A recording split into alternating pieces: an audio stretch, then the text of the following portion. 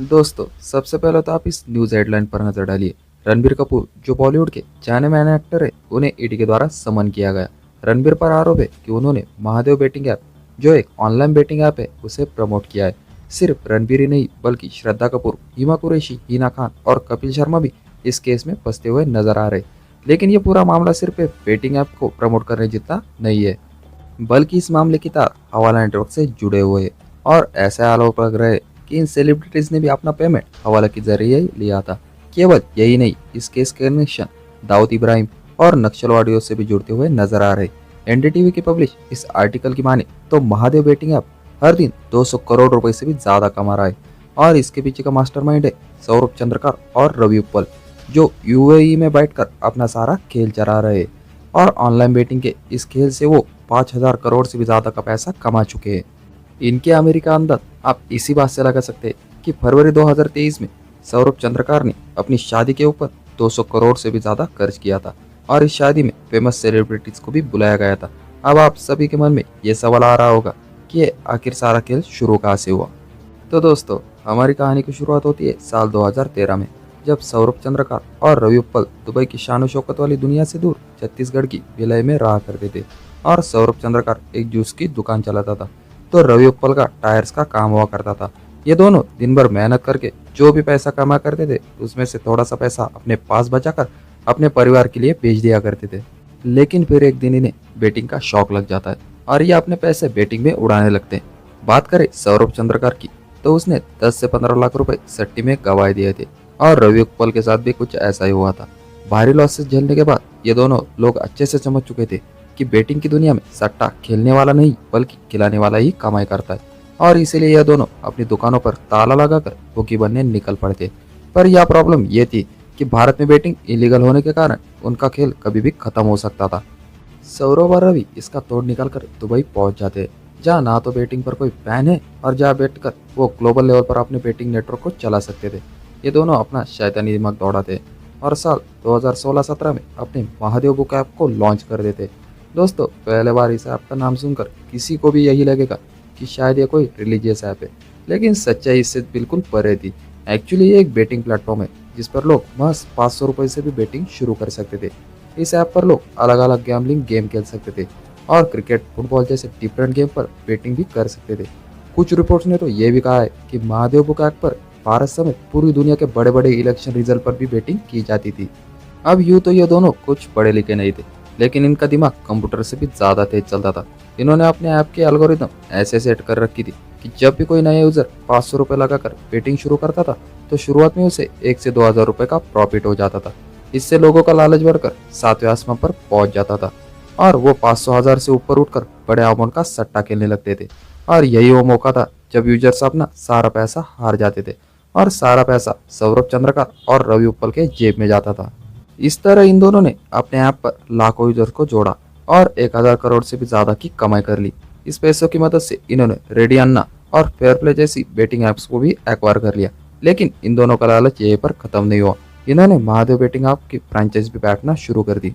जी हाँ दोस्तों, अभी तक आपने एमबीए चाय वाला के फ्रेंचाइज बिजनेस के बारे में सुना होगा, जिसका फ्रॉड भी बहुत ही ज्यादा इंटरेस्टिंग है, जिसके बारे में डिटेल में एक वीडियो में बताया, जिसका लिंक जो है मैं डिस्क्रिप्शन बॉक्स में डाल देता हूँ। तो चलो फिर आपने महादेव बेटिंग की ऐप की तरफ फिर से बढ़ते हैं। लेकिन सौरभ और रवि उप्पल ने उस बिजनेस मॉडल को बेटिंग के बिजनेस में लॉन्च कर दिया। यह मैं नहीं, बल्कि हमारे देश का ईडी का कहना है, जिनकी माने तो महादेव बुक ऐप 70-30 के प्रॉफिट रेशियो में अपने फ्रेंचाइज को सेल करते थे।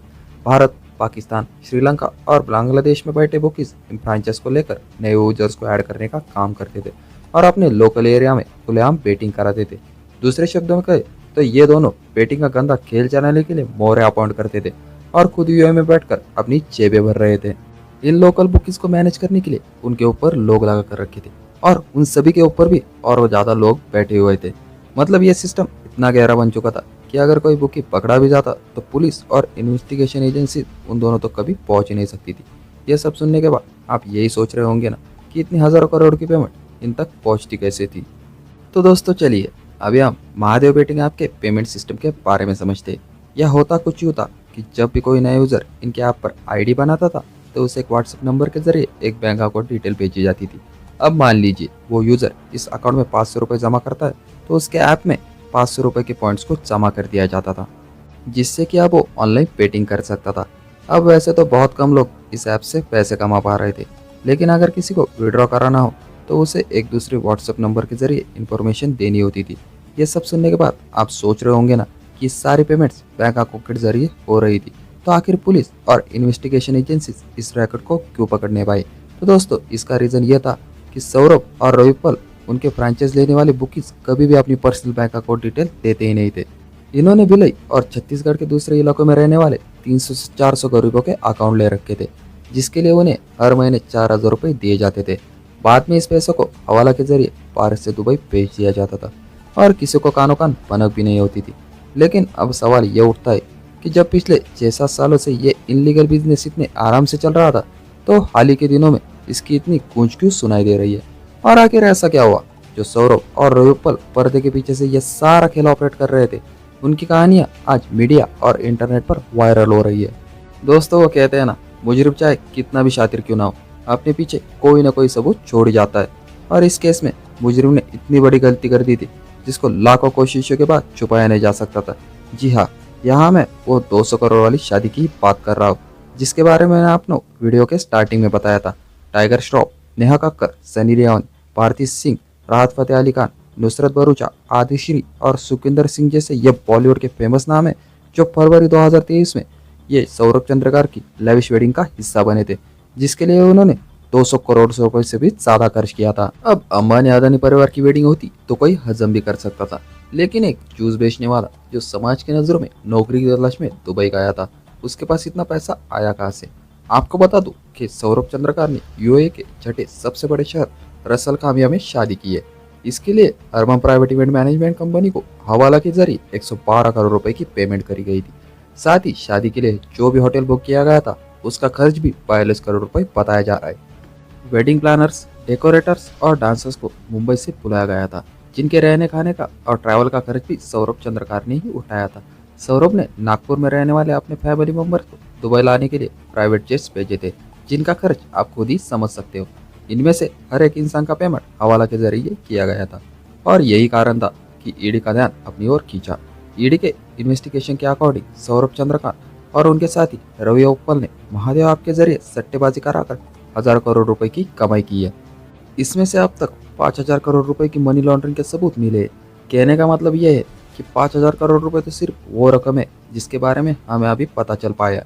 सौरभ चंद्रकार और रवि उपल ने ऐप को ज़्यादा से ज़्यादा प्रमोट करने के लिए स्टेट, डिस्ट्रिक्ट, यहाँ तक कि विलेज लेवल पर भी डिस्ट्रीब्यूशन चेन बनाई हुई थी।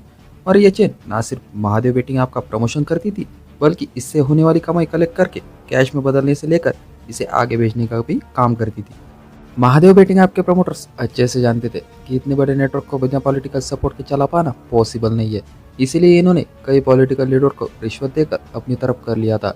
अभी हाल ही में ईडी ने छत्तीसगढ़ के मुख्यमंत्री भूपेश बघेल के राजनीतिक सलाहकार विनोद वर्मा के घर पर छापेमारी की कार्रवाई भी की थी, जिसकी कंप्लीट रिपोर्ट ईडी में जमा करी गई है। हालांकि ईडी को इस कार्रवाई से क्या हासिल हुआ, इसके बारे में कोई भी जानकारी पब्लिक नहीं की गई है।